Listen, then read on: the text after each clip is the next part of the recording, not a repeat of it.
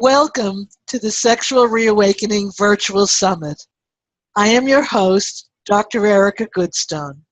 My goal for creating this exciting event is to help you realize that whatever sexual, sensual, or intimacy issues you have, you are not alone, and there are qualified professionals who can help. I have brought together many of the leading sexologists, men and women who have spent a lifetime focused on sexuality, researching, teaching, publishing, and providing medical and psychotherapeutic care. And they come from so many different backgrounds and disciplines. So today I have the pleasure of speaking with Dr. Carol Clark, and I'll tell about her background. She's a licensed mental health counselor, has worked with the transgender community since 1991, when she sat with a transgender panel in her first human sexuality class. She went on to specialize with this community in her private practice and facilitates a support group in Fort Lauderdale that I happened to have been invited to, and I enjoyed the experience immensely. It was eye-opening to hear the stories of all the people there.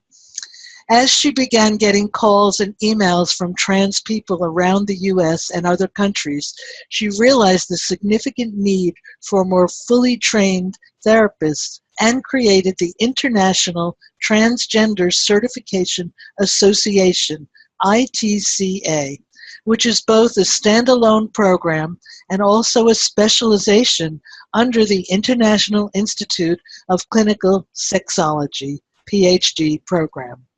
Thanks to webinar capability, Dr. Clark and the other ITCA instructors have trained many therapists to work in this underserved and much needed area. On a completely different note, stemming from her work as a sex and addictions therapist, Dr. Clark is the author of Addict America, The Lost Connection, a must-read for anyone who wants to live a more present and connected life. As an adjunct professor at Carlos Albizu University in Miami, Florida, Dr. Clark's students were urging her to open a training program in sex therapy. She became a continuing ed provider for the Florida Board of Psychology, Nursing, Clinical Social Work, Marriage and Family Therapy, and Mental Health Counseling, and ASECT, the American Association of Sexuality Educators and Counselors. Her Sex Therapy Training Institute now trains people around the country, both in person and with live webinars, and the program has been approved to offer a PhD in clinical sexology. So you're doing some really exciting and valuable work. I am. It's really grown so organically and tremendously through the needs of our community and how our world is changing. So I want to welcome you today, Dr. Carol Clark. Thank you for contributing to this Sexuality Summit. Oh, thank you so much for inviting me. I'm so happy to be here.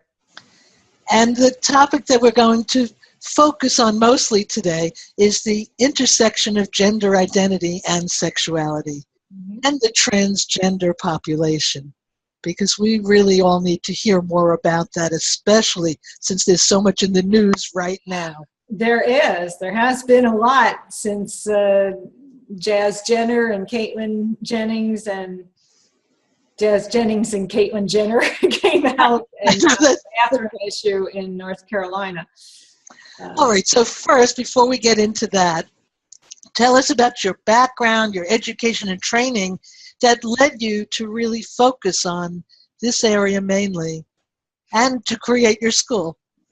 So when I came down from New Jersey after getting my master's degree in counseling, I took a class with Dr. Marilyn Volker in human sexuality and realized this is an area in which I want to specialize. And so I later took continuing education in order to be a sex therapist. In her class, she had a panel of transgender people, including cross-dressers, male to female transsexuals, female to male transsexuals, and some questioning people. And I was just fascinated, totally fascinated. It was something completely new to me. And I thought, I want to work with these people. And nobody was doing this. This was really cutting edge, pushing the envelope kind of work. And so I began attending support groups and talking to people and really learning from the ground up, because there were no training programs in this. And as time went on, I began facilitating a support group for transgender people in Fort Lauderdale, which I still do today. And I began training other people because I was getting calls from around the world, around the country and even other countries, from transgender people looking for a therapist or counselor to help them on their journey. And I thought, how many people can I see? It's ridiculous. So I put together the ITCA board, the International Transgender Certification Association, with Dr. Volker and Dr. Maylene Batista, Dr. Christina Sabroso, and Jessica Lamb, who is herself transgender and very active in our community. And we put together the board and a training program, and so we do certification training. We have our board certifies people who go through our training as experts in the field of transgender care. And in fact, we have a training coming up beginning in June. And just tell a little bit about your program for sex therapy training. Yes, so as you mentioned, students began asking me for trainings in sex therapy and urged me to start a training program. So I started out with the Sex Therapy Training Institute, which still continues, and that program under the Therapist Certification Association will certify sex therapists. So that training program may be taken in person in Miami Shores or online from anywhere in the world. And we have had students from as far away as Hong Kong and Egypt. Oh, exciting. And around the country. And so people have been taking that program. And I expanded into wanting to do a PhD program in this and started the International Institute of Clinical Sexology, which got approved by the state of Florida to offer a PhD in clinical sexology. And so that program encompasses both the sexology education and a choice of a specialty area. So right now we have a specialty in transgender care, a specialty in hypnotherapy, and a specialty in addictions. And we plan to expand into kink and alternative lifestyles, sexuality and disabilities, and sex offending next year. Wow, that is really amazing what you put together and how it's growing. And so many people don't realize the importance of sexuality, just in general, in our life. And that's why I put together this summit. I wanted people to hear from people like you that have done the research and worked with the people and know something about this area, and not just the way the media is portraying it.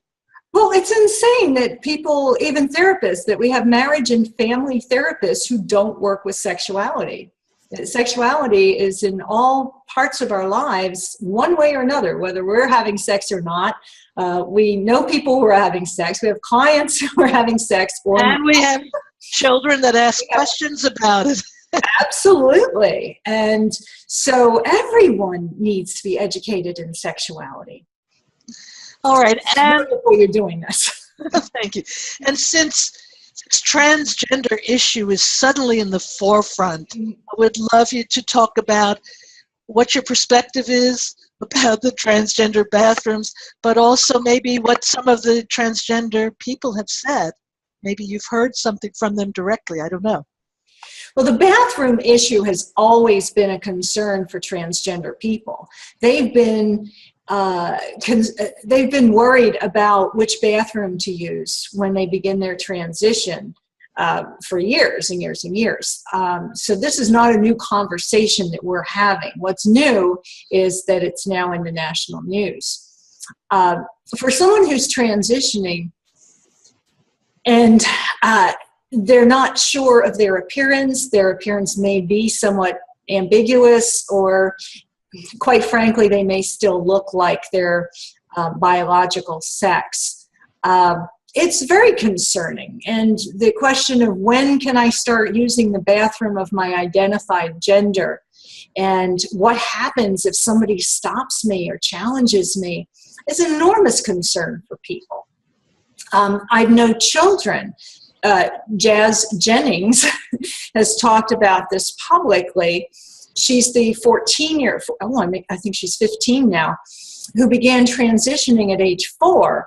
And her parents really had to fight for her to be able to present herself as female at school. And because she was still legally a male, there was a huge issue with the bathrooms, which is ridiculous when you think about elementary school kids having a problem with which bathroom they use. But she really suffered, even though she had the full support of her parents and the support of the school administration. They would make her go to the nurse's bathroom. And, you know, for a little kid to have to go clear across the school campus, she often didn't make it. And she's spoken publicly about that. So that's the kind of thing we put people through. And then when you have people who are older and they begin transitioning, and they're still looking somewhere, you know, where people might look at them like, you know, do you belong here, or is this the right place for you in the bathroom? If someone is hostile or, you know, aggressive, that's harmful, you know. And really, the first rule of anything, of all our religions, of our therapy practices, is do no harm. And it causes real significant harm when we deny someone the ability to just go to the bathroom in a comfortable manner. But one aspect is that I'm sure that people are afraid that there are going to be people that have not really transitioned, men particularly, who are just using this as an excuse and go in to harm someone. I think that's what people are afraid of. Yeah, and you know, I talk a lot about our two brains. We have the prefrontal cortex, which is the thinking, reasoning, rational brain, and we have the limbic system, which is the caveman brain, the survival brain, and the not thinking. It's purely emotion. And that's where fear is. Fear is an emotion. And I talk a lot about that in my book, which deals with our addictive behavior.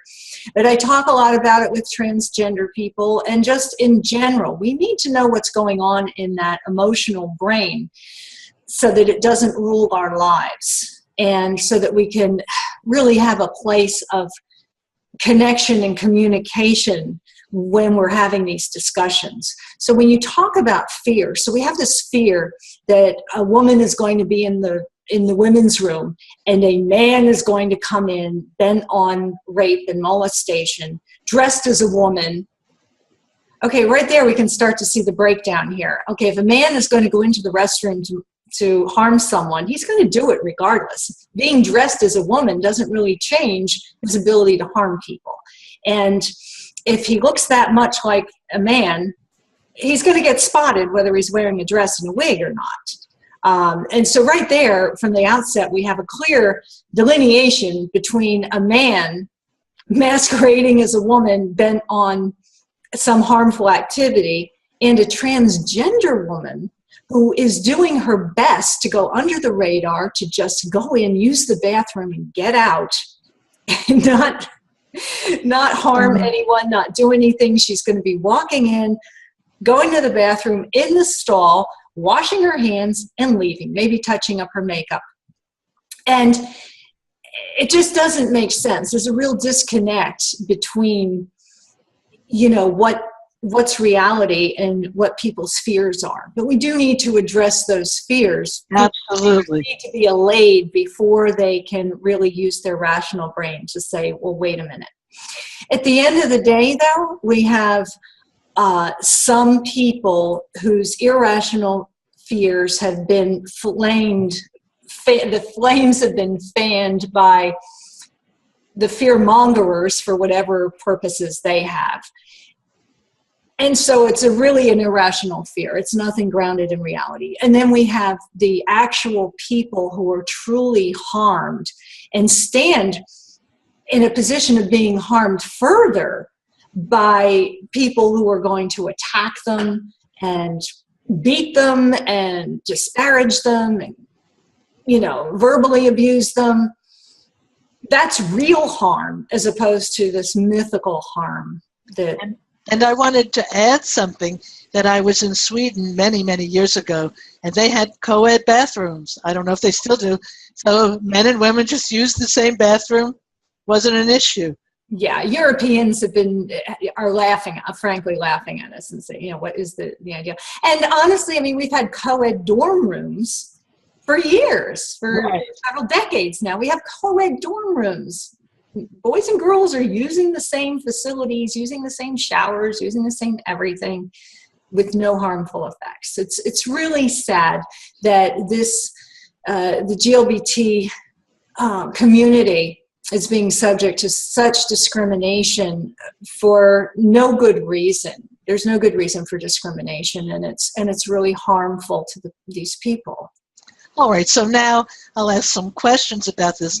First of all, can you tell us the difference between gender and sexual identity? Sure. Well, actually, there's four categories that I talk about. We have biological sex, and that's what we're born with. That's XX, XY chromosomes. That's our primary sex characteristics. We have penis or a vagina. And that's biological sex. And then we have gender identity, which often matches our biological sex, but sometimes it doesn't. And that's the gender identity is between the ears, as they say. And so it's what our brains tell us we are. And most of the time, we're not questioning that. For most people, cisgendered, as it's called, for people whose brains and body match, we don't question that. But for transgender people, they question that. They say, wait a minute, there's something not right here. My brain says I'm male, female, or somewhere in between. I don't fit either of these boxes. I'm somewhere else. And it doesn't match my body, and it doesn't match the public's perception of me. Now, that often gets confused with gender roles, which are the stereotypical roles that, whether or not we adhere to them or not, we still know what they are. So I personally don't cook, and I realize that that's outside my gender role as a female. So a lot of people get really confused with the gender role question because they'll say, oh, my child is not acting like a boy or acting like a girl. And what does this mean? Well, it doesn't mean anything as far as their gender identity or their biological sex, or the other thing you asked about, which is sexual orientation. And sexual orientation is about who am I attracted to. So if I am attracted to women, then I'm oriented to women. And if I happen to be a woman, a cisgendered woman myself, then I'm homosexual, woman to woman. Other people are heterosexual. And some people whose gender identity is somewhere in between have started taking on words like pansexual and genderqueer, and coming up with a lot of different terms to try to define themselves in ways that have not previously been defined. So we have biological sex between the legs, we have gender identity between the ears, we have gender roles, which is how we act and behave and express ourselves even with clothing and makeup. And then we have sexual orientation, which goes outside of all those things and just has to do with who are we attracted to. Wow, that's a really good explanation. So what happens to people? How do they feel and how do they cope with this when they get that sense that their body doesn't match what they feel they are?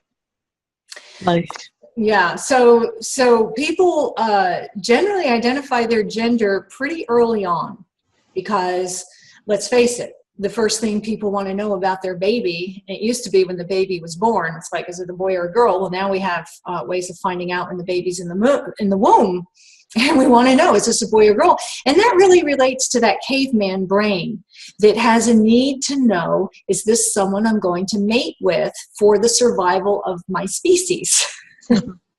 So we do have that primitive urge to recognize, to identify people by male or female.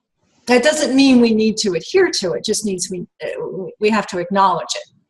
So from a very young age, kids start looking around and have a sense of, where do I fit in? Because people are telling them, even without words. We're getting messages about whether we're boys or girls. And then if a child has a good sense, and not all of them do that young, but many of them do, that, wait, this doesn't really, I don't feel this way. And then depending again on the messages they get, are their gender roles more fluid, or are they being pushed into a more stereotypic role? So do we have a little girl who's climbing trees or playing with trucks and wanting to shoot guns? And is this little girl's parents concerned about this and saying, no, you have to wear a dress and you have to go play with Barbies? Or the parents more like, let the child express herself however she wants. And then that child sooner or later will say, you know what, I'm a girl who likes to do these things. I'm actually a boy and I don't match my body. Or I'm somewhere in between and I need to figure that out. For some kids, they realize it later when they hit puberty. And suddenly, I've heard a lot of people say, I expected that I would grow a penis. As irrational as that is for a 12-year-old, they kind of had that in their head that something was going to change. It really brings them up short when they hit puberty and start to develop their secondary sex characteristics. And that's really traumatic for a trans person. So I wanted to add something in here that years ago, a common practice was to identify a child as boy or girl if they had gender characteristics that were anomalous. So maybe talk about that a little bit and the devastating effect later on. Yeah, so we have people who are born intersex, which means that their primary sexual characteristics are not that clear cut. So they actually, from going back to the times when you're talking about, they would measure, do we have a penis? Is it this long, in which case it's a penis, or is it this long, in which case it's a clitoris? And people would get real worked up about this and say, well, we have to make this child one thing or another. And the easiest thing to make the child would be a girl, because surgically you can alter someone to look female rather than male more easily. The same thing was also applied, that same thinking was applied to any kids. The famous story was the little boy who was circumcised and had the doctor doing it cut the boy so severely that they damaged the penis and had to be removed. And so Dr. John Money of Johns Hopkins University jumped in and said, this is the perfect opportunity to prove my theory that gender is socialized, not biological, that gender identity is a social construct. And so he talked the parents into raising this child as a girl after he did the surgery to make the child look female, had them put the child on feminizing hormones, unbeknownst to her, when she hit puberty. But we had a very unhappy child. This child was very unhappy before puberty, after puberty became suicidal, at which point the parents finally told the child the truth. And the child said, now my life makes sense. Now I understand. Still was not the happiest camper, but transitioned back to male as much as he was able, got married, and unfortunately committed suicide a few years ago. So it really sealed things as far as we do not do that anymore. We let children figure out who they are, and if the parents are uncomfortable with that, so be it. They're going to have to deal with it and get over their fears of their child being mocked in the gym or something, in the locker rooms, which is really so much of what it was about. It was this idea of gender roles and, what it is to be a man or what it is to be a woman.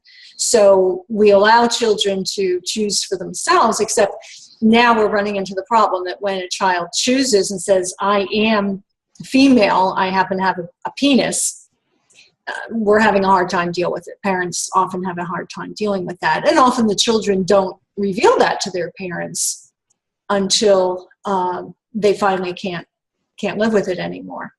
And then, I've had people, and Caitlyn Jenner is a real good example of that. Someone who just tried to live as a male, denied her her gender identity for years and years and years, and overcompensated, some might say, in becoming a super masculine male, until finally he said, no, I can't do this anymore. It's my turn. When do I get to be me?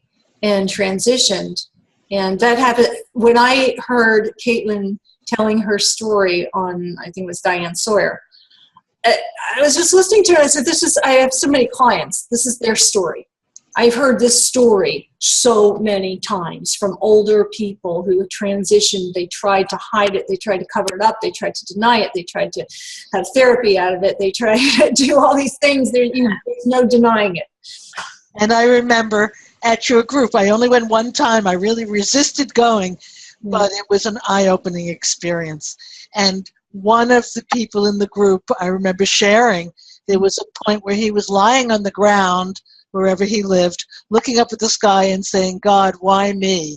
Yeah. So it was so obvious he wasn't choosing to have this issue. It was just within him.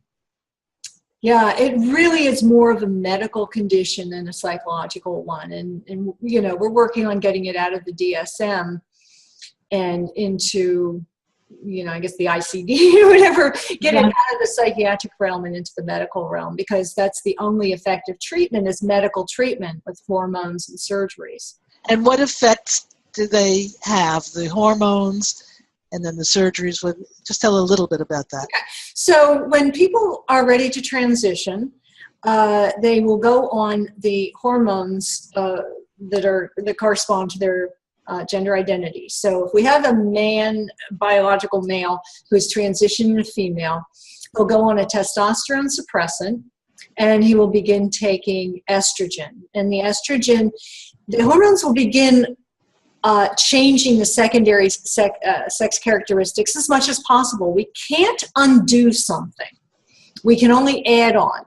So for a person taking estrogen, what gets added on is breasts.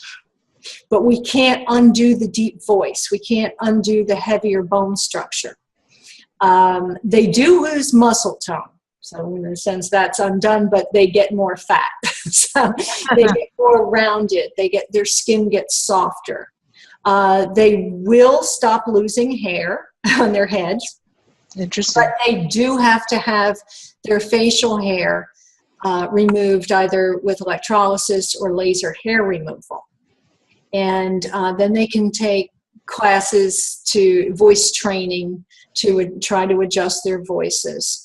And over time, the feminizing hormones may add a little bit of hips and butt.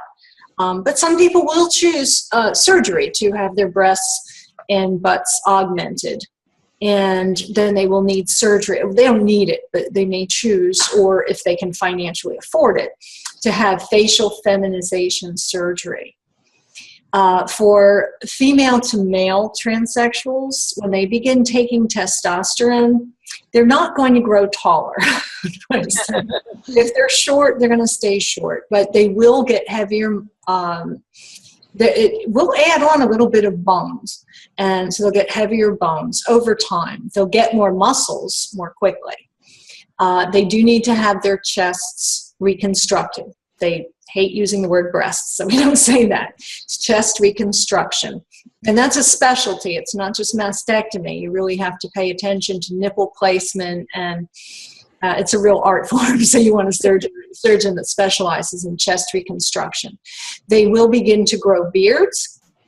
Their voices will deepen. So everything a boy goes through in puberty. And they will start to lose the hair on their heads if they have male pattern baldness in their Oh, it's amazing. So initially, that's they love that because it's a sign of I'm a male. And then at some point, just like other men, they're like, oh, where's my hair?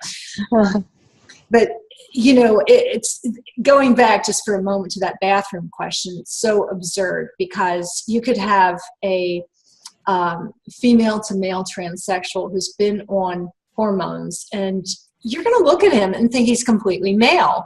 And if he wants to just mess around with people, he could go into the women's room and everybody's going to freak out because they're saying, what is this man? And it's really a man. I mean, that we're talking, this is a man. He's in the ladies' room, and he could pull down his pants and you're going to see an enlarged clitoris because that's what happened. And but you're not going to see a penis and testicles. So it's this idea that such a law could ever be enforced is ridiculous. And you're going to see women who are completely feminine looking, totally look like women, and you don't know what's between their legs. They may or may not have had the surgery, so they may have a penis. But they're not going to. I remember stories of a man picking up a woman that was beautiful and sexy and finding out that she had male organs. Yeah, and that gets dangerous. And so people don't make sure they don't get picked up easily. They go and tell people. That is one of the challenges of being trans, is having to constantly come out to potential dating partners or potential sexual partners before you ever have that, because a lot of transgender people, both male and female, have lost their lives. And another piece that you've talked about is that there are people, men mostly, attracted to transsexuals. There are. About that and what effect that has. So, that's on a continuum of sexuality and in a way orientation, but it's more of a fetish kind of thing. Not so much orientation, but it could be or being oriented to somebody trans. It's just that's who you're attracted to sexually. But do we want to call it a fetish? Do we want to call it a paraphilia? Does it go to that extreme where I'm objectifying this person because they happen to fit this template of a transsexual? So that a paraphilic is someone who that is the only thing they're attracted to. So it's not so much about the person and having that relationship as about this is the sexual object that I'm attracted to. A fetish is more something that these are some things that I really like.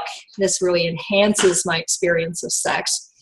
And if that happens to be a transgender person, then that's who it is. And then within that realm, those men could find someone to whom they're really attracted and could have a real relationship, and that person has the physical qualities of being transgender that turn them on. But there are the people who are just out there kind of trolling around looking for transsexuals, transgender people, and there are a lot of transgender people who, because they face discrimination in the workplace, they can't get jobs, and they end up prostituting themselves and catering to these people and getting paid for this. And I'm not one to say to try to judge or limit anyone in their sexual expression or what they want to do. And that can also become problematic when you're being valued. You have a monetary value put on a particular body parts, and that can be disheartening after a while. Okay, so you've explained so much, but there is two questions that I want to ask that I've asked all the speakers on the summit. Mm-hmm. What have you found the most challenging and the most rewarding about working with sexuality and about working with the transgender population? Mm-hmm. So I'll answer that specific to working with transgender people. The most challenging is when someone calls me who does not fall into any of the neat little slots for transgender people. So I might get a call from someone who wants to have their testicles removed, and they need to call me and be evaluated by me so I can write a letter to the surgeon who is going to perform that operation. And the surgeon's not going to do that without a letter from me or someone like me. So here I have this person who wants this operation, but not because they identify as female. And it gets even more challenging when that person maybe wants their penis removed as well, and completely removed. We're not talking made into a vagina. We're talking completely removed because they just have this aversion to their penis. And so that gets into a kind of challenging place. Like, okay, what's going on for this person, and are they going to regret it? What are their expectations?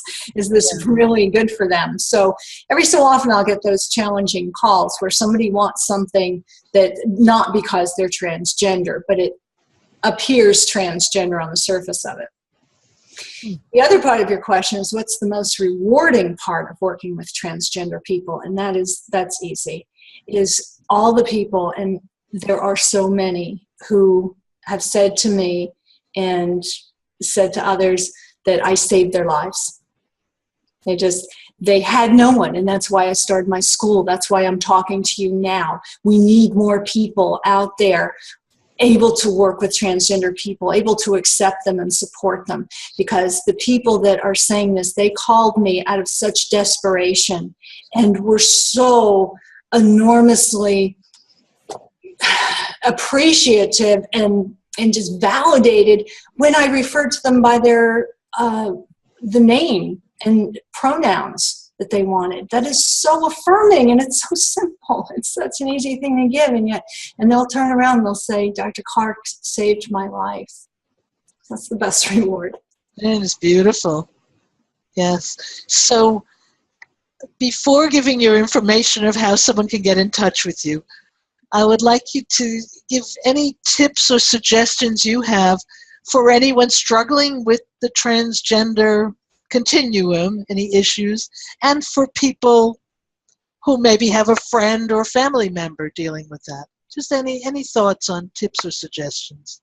Well, for actual trans people who are identifying as anything other than their biological sex, call somebody. There's plenty of, call me, call somebody from my school, go on the web and do a search and get with a counselor who is knowledgeable about gender identity issues.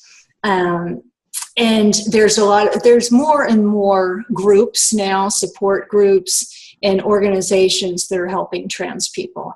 I look on the internet. There's a lot of support on the internet, and be cautious because there's a lot of bad information on the internet. So get that checked out with someone like myself.